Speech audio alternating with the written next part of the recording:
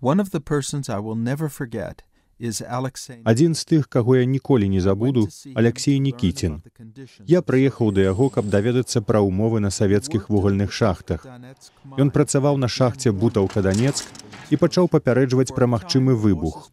Нейкі час начальства цярпела ягоную крытыку, аднак у чэрвені 69-го году ён узначаліў невялікі рабочы пратэст з прычыны нявыдадзеных даплатаў, і яго звольнілі. Ён працаваў у калгасе, калі ў шахце грымнуў выбух. Для Никитина спаўненне ягонага прароцтва азначала неадкладны арышт. Яго прывезлі ў нейкую будыніну, якая нагадвала турму. Дзверы расчыніліся, і ён пабачыў перад сабой чалавек 30 з жоўтымі тварамі і перакошанымі целамі. І ён зразумеў, што ён не ў турме. Яго пасадзілі ў псіхушку. Asking questions about the conditions of work, conditions of pay, the extent to which workers were satisfied is so normal in the Western context that coming here and going around with him, at first it was hard for me fully to feel the danger that he was in. And it was only as the situation began to develop that I was reminded that what was completely ordinary in the West was mortally dangerous in the Soviet Union. And that night, looking out the window, I saw the cars parked out in front and the KGB agents congregating.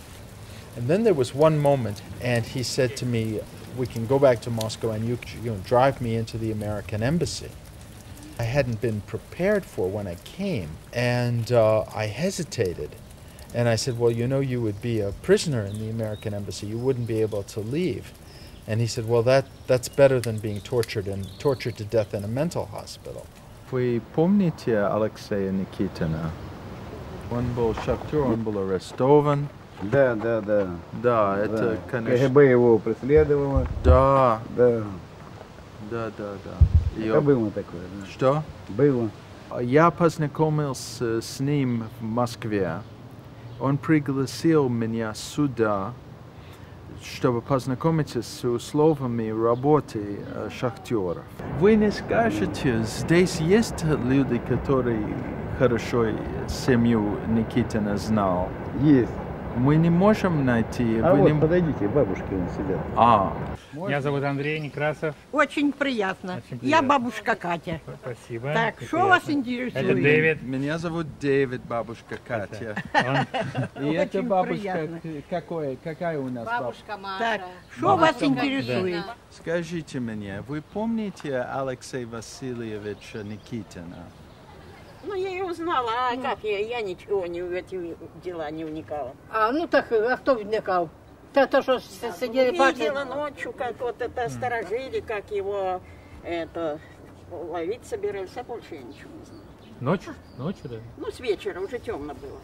Вы видели, как сторожили? Ну, как и тут стояли люди, и там стояли, и там стояли. Да, было такое. Прийдуть молча, стануть і стоять у під'їзді. Ні, його ввели отак під руки. От, і він йшов. Ну, тільки чорний жакет на голові накидає.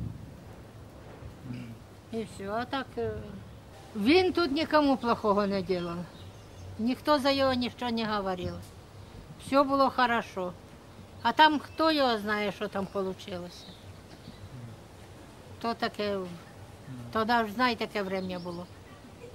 Таких людей уже не будет, как Алексей.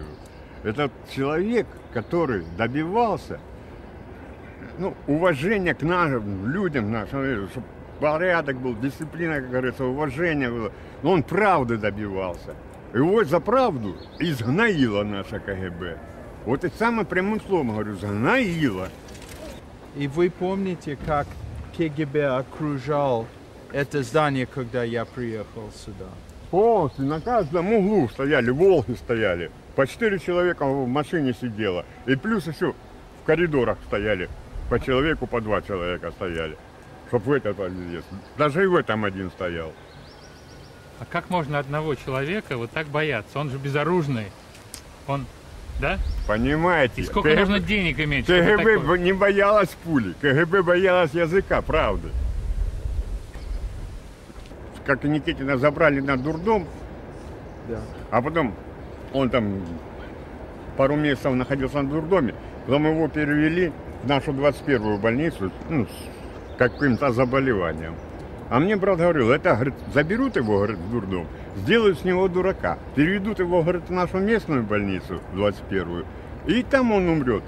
И сбылись его слова, так оно и получилось. Правды добивался и добился смерти.